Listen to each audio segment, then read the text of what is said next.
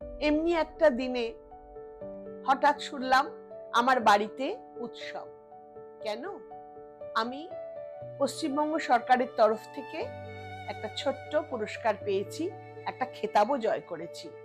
সেই উপলক্ষে আমার স্বামী আর ছেলে পার্টি দিয়েছে। হাসি পায়, আমার জন্য নাকি পার্টি!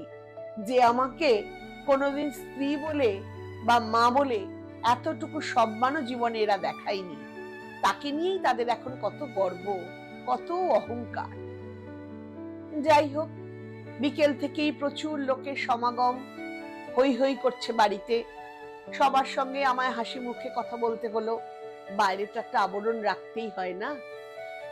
আস্তে আস্তে বারান্দায় এসে দাঁড়ালাম, একা। হঠাৎ আমার মা আমার পাশে এসে দাঁড়ালেন, আমার গায়ে হাত রেখে বললেন, তোর মুখটা এত শুকনো লাগছে কেন মা? কিছু কি খাসনি? একটু হেসে মাকে বললাম, আমি কবে খেয়েছি কি খাইনি তার হিসেব সারা পৃথিবীতে একমাত্র তুমি ছাড়া কেউ কোনোদিন রেখেছে কি মা? মা বলল, চল একটু খেয়ে নিবি। মায়ের কথার অবাধ্য কোনোদিন হইনি, মাকে নিয়ে খেয়ে নিলাম। তারপর মাকে বললাম, তুমি এবার শুয়ে পড়বে, চলো, কারণ পার্টি যখন অনেক রাত অবধি চলবেই, আমাকেও সেখানে তাল মেলাতে হবে। আমি মাকে নিয়ে একটি ছোট্ট ঘরে চলে এলাম, মাকে শুইয়ে দিলাম।